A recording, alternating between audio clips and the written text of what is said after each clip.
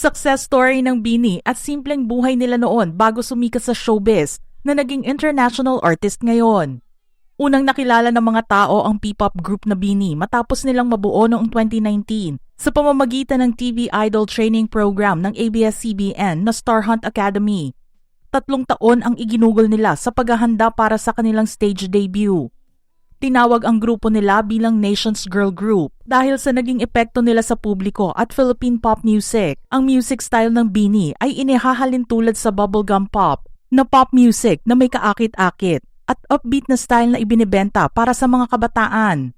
Ang pangalan ng BINI ay halos sa salitang Tagalog na ibig sabihin ay binibini. Nilalayo nitong kumatawan sa modern Filipino women na mayroong magkakaiba at pinaghalong katangian gaya ng sweet, confident, independent, and informed.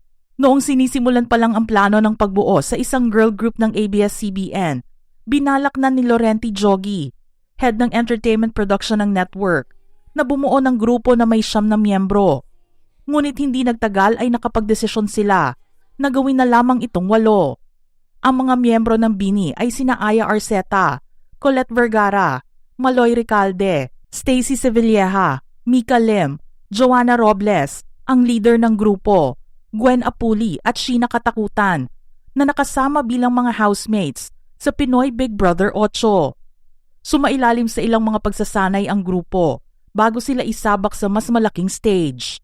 Nag-voice lesson sila sa tulong ni Kichi Molina, na former chair ng Department of Voice, Music, Theater and Dance sa UP College of Music sa Diliman. Dance lesson sa ilalim ni PBB alum Mickey Pers at ilang mga South Korean coaches mula sa MU Doctor Academy. Bago ginawa ang kanilang official debut noong June 11, 2021, naglabas muna sila ng single mula sa kilalang maestro at national artist for music Ryan Cayabyab. Inilabas nila ang pop cover ng kanta nito na The Coconut Nut noong November 20, 2020. Makalipas ang isang buwan, pumirma naman sila ng kontrata sa Star Magic at Star Music. Mayroon ding ilang mga singles ang inilabas ng BINI tulad ng kantang Kapit Lang, Born to Win, Pitapat, Lagi, I Feel Good at Strings. Pero mas kinilala ang BINI matapos nilang ilabas ang mga kantang karera na tumatalakay naman sa mental health at Pantropiko na naging viral sa TikTok na itinuturing na summer anthem sa Pilipinas at nagkaroon pa ng Pantropiko Dance Challenge na sinalihan ng libu-libong tao. Ang isa pa nilang kanta na Salamin Salamin ay nakasama ng kantang Pantropiko sa Top Billboard's Philippine Songs Chart.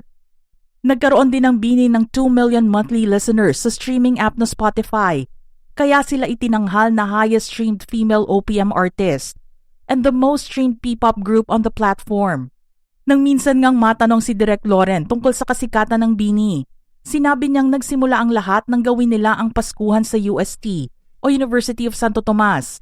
Doon na raw nagsimulang mag-viral ang grupo at nagkataon din na maganda ang music na ibinigay ng Star Music sa kanila. Ang pagiging relatable ng grupo ang isa sa mga katangiang napansin sa kanila ng mga netizens.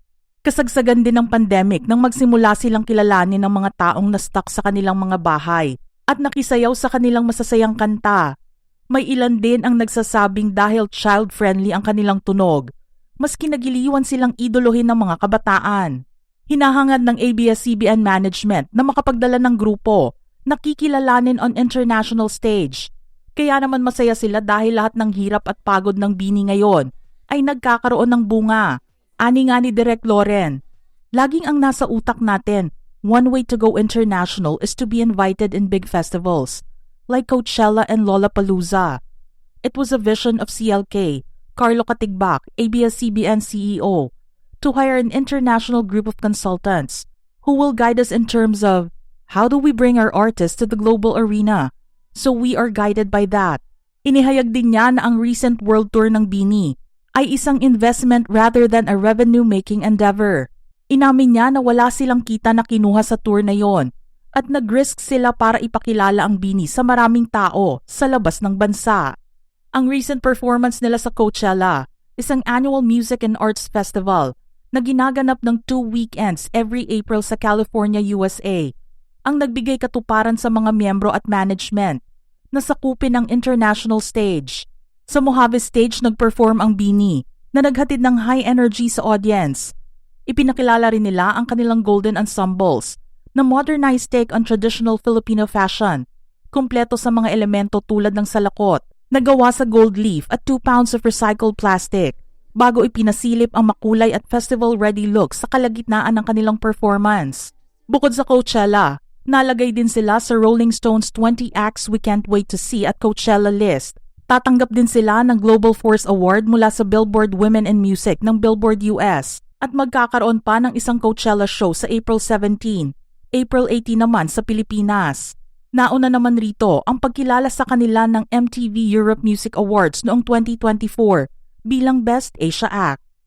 Mga ka-showbiz peeps, ano naman ang inyong reaksyon sa ating istorya ngayon? Share your thoughts in the comments section below.